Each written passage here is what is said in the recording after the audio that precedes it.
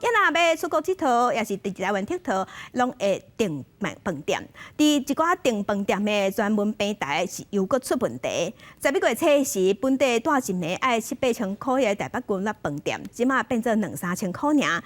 真侪人看到遮好康，全赶紧去落订。也毋过民众即马逼讲，遮个订单拢已经互饭店取消。消保处是表示，若是业者和消费者的契约已经成立啊，安尼业者就一定爱照品照行，消费者的权益受损害，会当提出申诉。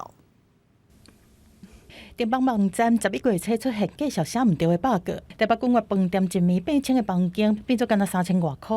原本饭店讲已经订的就全部拢准算，但是最近却发现讲君悦干那是反悔啊，有网友的订单忽然间互取消。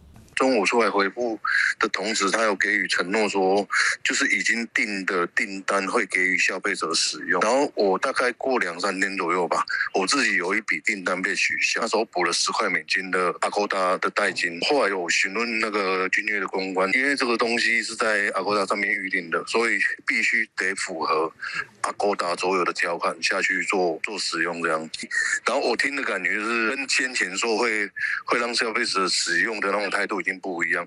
事实上，介绍出现 bug 的代志是常常发生。亲像今年4月17，专日空是出现大量的 bug 票，网友发现了后，较紧拢去抢票。专日空原本嘛讲订的拢有准算，但是后壁是取消所有的行程，甲钱拢退互订的人。路途航空顶个月20嘛，甲台票写唔对，写做1票，大约是卖出750几张机票。系统后壁是完成修正，但已经卖出去的票，因讲拢会当使用。另外，高雄的生意也是台南的精英在饭店，最近嘛拢有出现房间介绍的 bug， 业者第一时间宣布认赔。消保处讲过去定接到这种申诉，那业者和消费者的契约成立，业者都有义务来履行。有不履约情况，那就是一个债务的不履行。